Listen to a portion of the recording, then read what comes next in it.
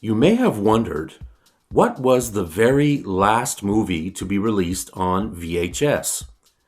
If you are like me, you grew up in the era of renting VHS tapes.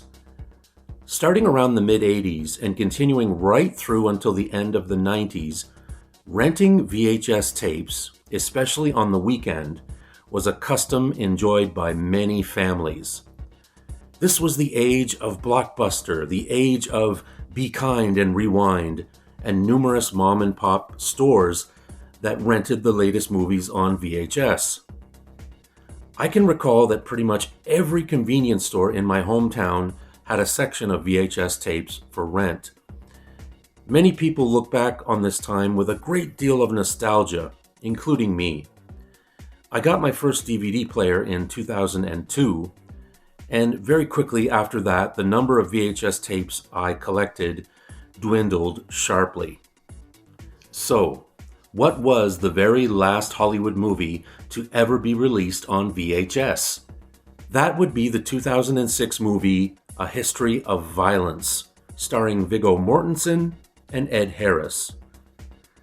This action thriller, directed by David Cronenberg, will forever be known as the last major release on VHS tape. Some other notable films that were some of the last to be issued on VHS included The Legend of Zorro with Antonio Banderas, Domino with Keira Knightley, Pride and Prejudice also with Keira Knightley, Jarhead with Jake Gyllenhaal, Ice Harvest with John Cusack, Doom with Dwayne "The Rock" Johnson, and Saw 2 with Donnie Wahlberg. So, what was the very last VHS tape that you ever purchased? Can you remember?